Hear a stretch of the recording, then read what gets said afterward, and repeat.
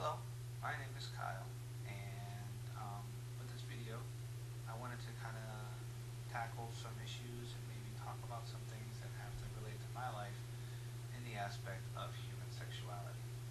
Now, one thing that I'm very passionate about is competitive video games, mainly fighting games like Street Fighter, Mortal Kombat, Tekken, things of that nature.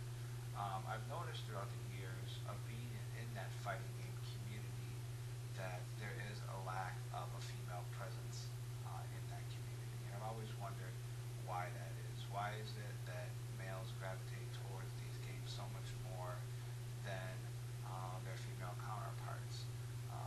So with that, I was able to have a discussion with my friend Nefertiti. Fortunately enough, she is a female that plays fighting games competitively in my community and in my town. So I was able to have a little sit down and chat with her. She is actually pretty competitive with the game. She doesn't just play them casually. She recently went to Las Vegas with us for Evo, which is the world's largest fighting game tournament, which takes place yearly in Las Vegas, and there's anywhere between 2,000 to 5,000 players every year. So I was able to sit down and have a little chat with her, ask her some questions about how she felt about female competitive gaming as a whole, sexism and feminism in video games, and her thoughts on that, and kind of what brought her into the fighting game scene and playing the game competitively. So hopefully you guys enjoy that. Thank you so much. All right. Well, I have with me my friend Nefertiti. She goes by Nef. Why don't you introduce yourself a little bit and talk about what got you into gaming and playing Street Fighter and other fighting games? I'm Neff. I don't know, I came out here from North Carolina a long time ago. I met a lot of friends. But I got into fighting games actually from my grandma and my grandmother's partner. Um, Street Fighter 2 was the first game I ever played. And we had a lot of fun growing up over the years, just going over their houses. When I was a kid, my family created a really tight bond with another family in the same situation. And all the boys there played fighting games as well.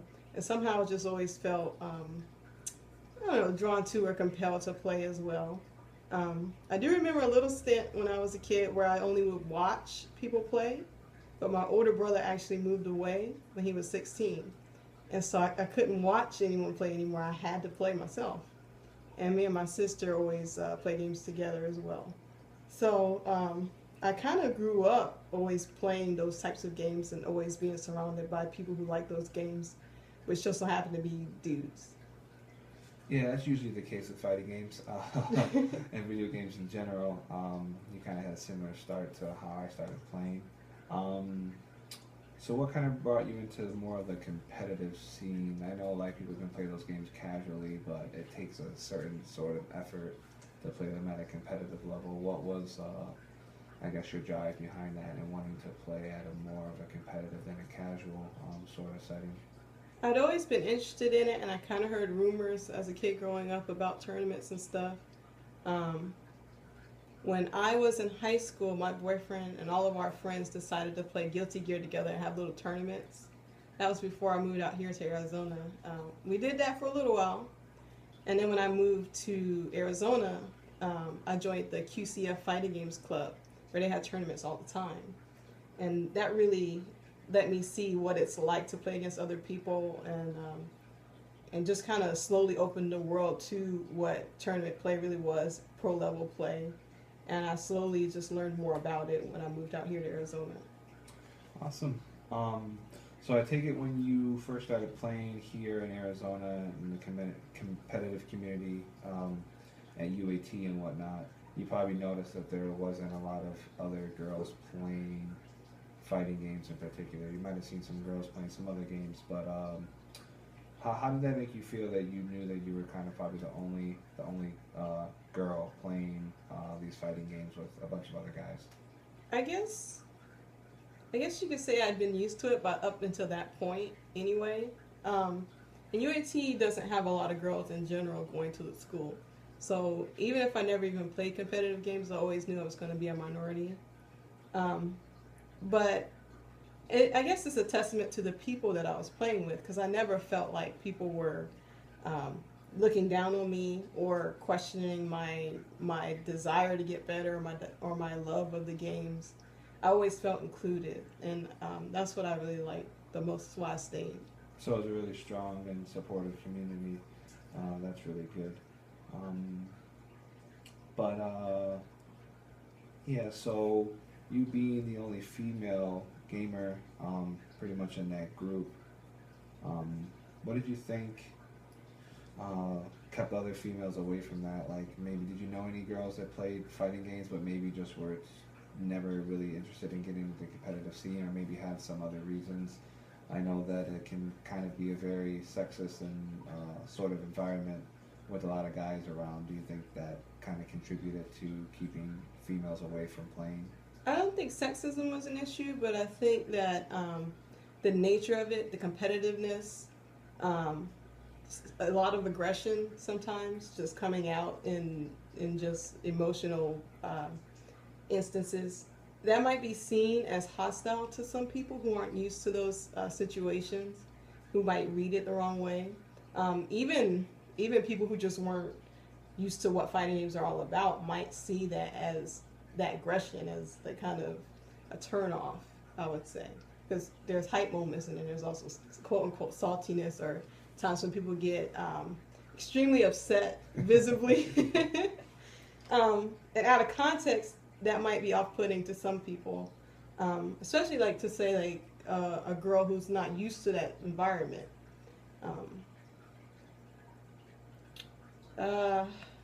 Also, in that particular moment at that school, a lot of the girls like to play certain games that weren't being played. So like Soul Calibur was very popular among a lot of the girls that I noticed would play, but we didn't play Soul Calibur very often at all. Now, do you think that's because Soul Calibur seems like more of a casual game? Like, I've been kind of tackling this issue in my head a lot lately. It's been a question that I've been thinking about a while, is why is it that when it comes to competitive gaming in a sort of field where there isn't going to be separate leagues, like in sports you have, you know, female tennis and male tennis, and usually they don't mix. You have female basketball and male basketball. But in competitive gaming, video gaming, most of the time there isn't separate leagues for both males and females.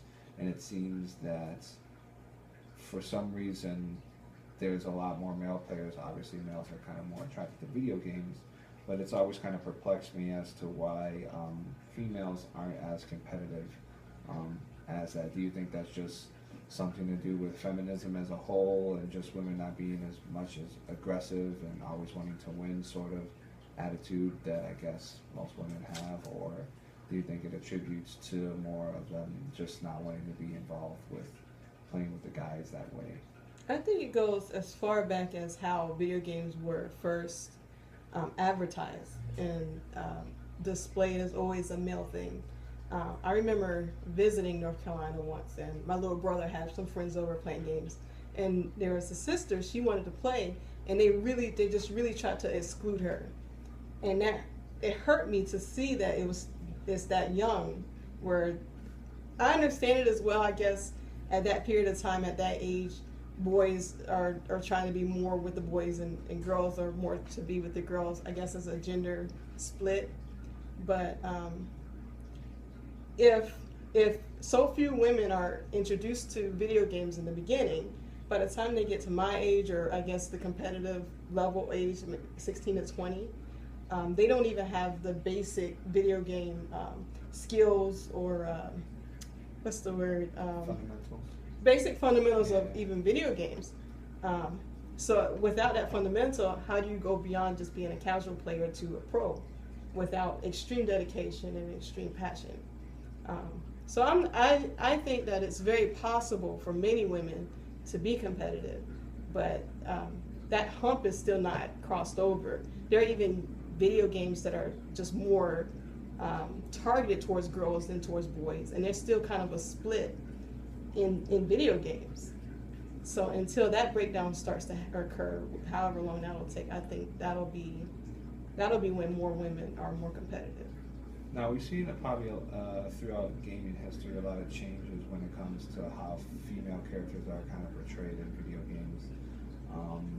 But one genre of gaming, the genre of gaming that you play a lot, fighting games, that change really hasn't, I don't think, occurred too much. Females in those types of games are still seen very much as sex objects, and that's about it.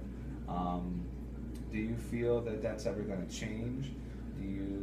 Is that something that kind of maybe upsets or bothers you, that almost all the female characters in fighting games, you know, have very scantily clad, dressed, and you know, just kind of are those poster childs for sexual women, or do you just kind of just roll with it and just think that it's just sort of a, you know, it's just one of those other guy stereotypes?